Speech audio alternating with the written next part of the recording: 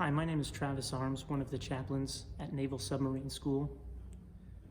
On December 29, 1915, Sir Ernest Shackleton and 27 men of the British Imperial Trans-Antarctica expedition made camp upon the floating ice floes near Antarctica at what was to become known as Camp Patience. They had never intended to establish Camp Patience, for they never expected to abandon their ship, the Endurance. The Endurance was supposed to transport them all the way to Antarctica, where they would disembark and then become the first party to cross the width of the continent. Instead, they spent nearly 500 days floating on the ice floes and in their lifeboats. Altogether, 2 years passed between the start of their expedition and their eventual rescue. They had barely begun their expedition in 1914 when 10 million tons of pack ice immobilized their ship.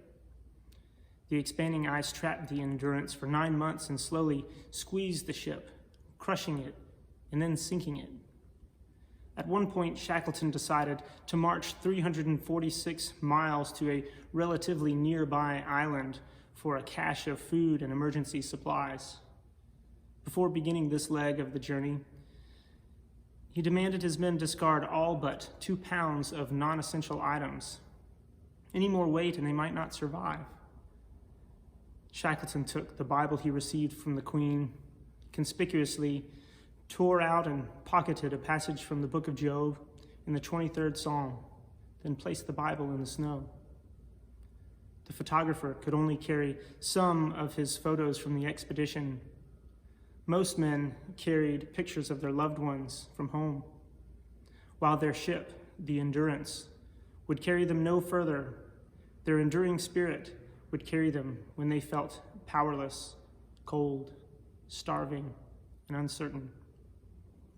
In his book, The Things They Carried, author Tim O'Brien describes the items certain infantrymen carried with them to combat through the jungles in Vietnam.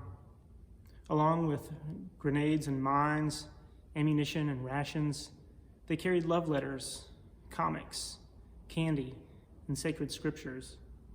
Not unlike Shackleton's expedition, in this story, the literal and figurative things these men carried defined who they were, what they valued, and where they found hope. What they carried on their person was, in a real sense, actually carrying them.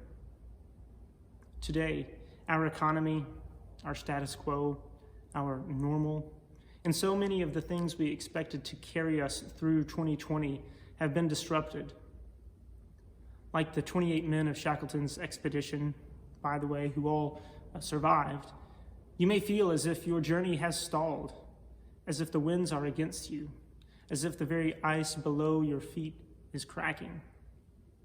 That which you expected to carry you might have let you down, or it might be what is driving you forward, enabling you to endure these difficult times. What are you carrying? Your faith and the accompanying assurance of providence and protection? Your family? A realistic perspective coupled to an unquenchable hope that things will get better? For those with family members at home who you are allowed to touch, I encourage you to embrace them frequently. Hold them close.